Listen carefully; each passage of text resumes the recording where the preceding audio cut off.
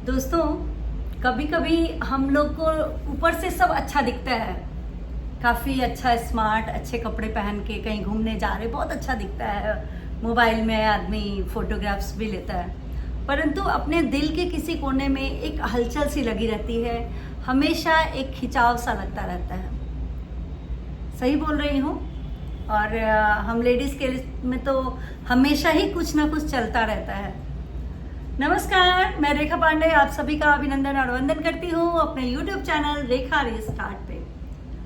मैं काफ़ी दिनों से इस टाइप की लो फील कर रही थी और बहुत ज़्यादा खराब मुझे लग रहा था। तो आज मुझे लगा कि नहीं, आज मैं एक वीडियो बनाती हूँ, कम से कम अपने अंदर की भड़ास मैं लोगों को सुनाऊँ तो, लोगों को बताऊँ तो, क्योंकि मेरी बातें जो मेरे दिल के अंदर चल रही हैं वो शायद बहुत महिलाओं के पास चल रही हैं। मे बी ये रीज़न कॉज ऑफ मेनोपॉज भी हो सकता है। मे बी ये रीज़न जो हम 50 प्लस की लेडीज़ जो है उसके लिए जो एम्प्टी नेस्ट वाला भी सिम्टम हो सकता है, सिंड्रोम हो सकता है। मे बी ये सही में जो प्रॉब्लम मेरे साथ हो रही है ये मेरे साथ ही हो रही है या सबके साथ हो रही है, कुछ भी हो सकता है।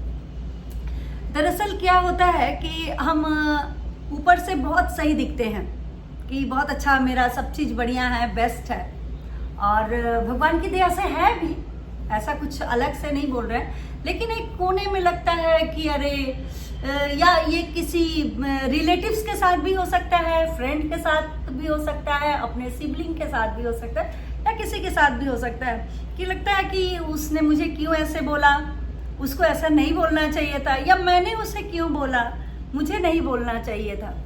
इस चक्कर में रात की नींद उड़ जाती है, दिन का जो चैन उड़ जाता है। और यकीन मानिए ये मैं भी बहुत दिनों से फेस कर रही थी इस चीज़ों को, और मैंने बहुत कोशिश किया कि हर चीज़ को समेट लूँ, समझा लूँ। कभी कभी लगता है ना कि समेटना बेस्ट होता है, कभी कभी नहीं लगता, हमेशा ही समेटना अच्छी चीज़ है। और मेरा स्वभाव ऐसा है कि मैं थोड़े, या तो कुछ अगर मुझे खर्च करने रहते हैं या उस अर्थ हो गया उस पर भी मैं बहुत ज़्यादा फोकस नहीं करती, या मुझे कहीं गए और मुझे शारीरिक ज़्यादा मतलब कर्म करना पड़े तो भी मुझे लगता है कि मैं कोई गल जाऊंगी क्या, या घट जाऊंगी क्या, 10 दिन अगर या 5 दिन में कुछ कर दूंगी या कुछ खर्च ही कर दूंगी। तो ये सब चीज़ों को हमेशा नज़रअंदाज करके मैं रिश्तों की मोल को हमेशा ऊपर रखती हूँ कि नहीं, वो मुझे बचाना ज़्यादा ज़रूरी है। लेकिन उसके बाद भी आप बार बार किसी को फ़ोन करो, बार बार किसी के लिए कुछ करो और अगला आपको सही रिस्पॉन्स नहीं दे, तब क्या करेंगे? वही कंडीशन होगी जो मेरी हो रही है। रात भर चैन, नींद, दिन सब परेशान नहीं हो रहा है। मैंने एक बार कहीं पढ़ी थी लाइन कि अगर रिश्तों की गांठ को अगर सुलझाया जा सकता है तो उसको काटने की जरूरत नहीं होती है। और ये लाइन लगभग मैं 20-25 सालों से फॉलो कर रही हूँ कि सही में अगर हम समय दें, उसको टाइम दें, एफर्ट दें और अपनी साइड से पहल करें तो रिश्ते आपके बच जाते हैं। लेकिन 20-25 सालों के बाद सिनेरियो बहुत कुछ चेंज हो गया है। हमें सहने की शक्ति भी कम हो गई है और कहने की शक्ति ज़्यादा बढ़ गई है।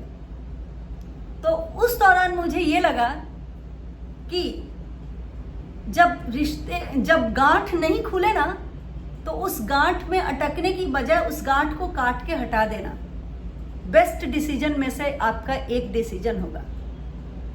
और यकीन मानिए पिछले कुछ दिनों से मैंने ये डिसीजन लिया कि अब वो गांठ को मैं काट के निकाल दूंगी, और आप उस दिन से मेरा दिमाग फ्री हो गया है।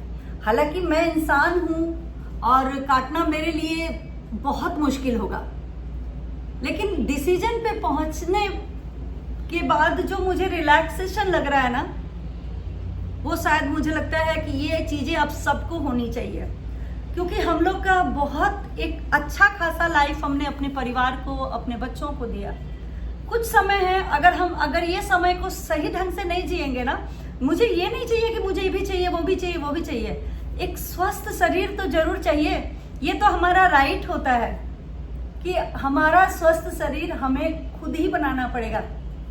मेरा हस्बैंड, मेरा बच्चा, मेरा अड़ोसी पड़ोसी सब मेरे को रिक्वायरमेंट जो होंगे वो ले आके दे सकते हैं, लेकिन हमको खुद ही अपना मानसिक स्थिति तो खुद सही करना पड़ेगा ना। चाहे हमको थोड़े कठोर निर्णय भी लेने पड़े, तो उस निर्णय को लेकर के आप अपनी गांठ सुलझाइए। अगर सुलझती नहीं है तो गांठ काट के हटा दीजिए, लेकिन आगे बढ़ना है। कह देते हैं आदमी कि अरे मर जाते, मरना इतना आसान नहीं। और क्यों मरे, इतना सुंदर लाइफ मिला हुआ है, इतनी खूबसूरत जीवन है, और अभी तो अब हमारा समय हुआ है जिसको हम एक्सेप्ट करें इजिली और अडॉप्ट करके चले। तो आज मैं बहुत दिनों के बाद एक अच्छा सा वीडियो सोची कि बनाऊं, थोड़ा अपनी बातों लोगों को पहुंचाऊं। मुझे लगता है कि ये मेरे साथ नहीं बल्कि मेरे हम उम्र बहनों की, मेरे दोस्तों के साथ बहुत चीजें हो रही हैं। कुछ लोग तो बोल देते हैं और कुछ लोग घर की बात है क्या बताए क्यों बताए वो सोचते हैं। तो दोनों ही कंडीशन में मेरी ये छोटी सी सलाह है, आप इसको मानिए और देखिए आप आगे, मतलब अनायास आपके कदम आगे बढ़ जाएंगे। चलिए तब फिर अगले ब्लॉग में मिलते हैं। तब तक के लिए रेखा रीस्टार्ट से रेखा आपको थैंक यू बोलती है कि आप बहुत बहुत मेरे चैनल को आप बूस्ट कर रहे हैं और इसको लाइक करते हैं, सब्सक्राइब करते हैं। Bye bye.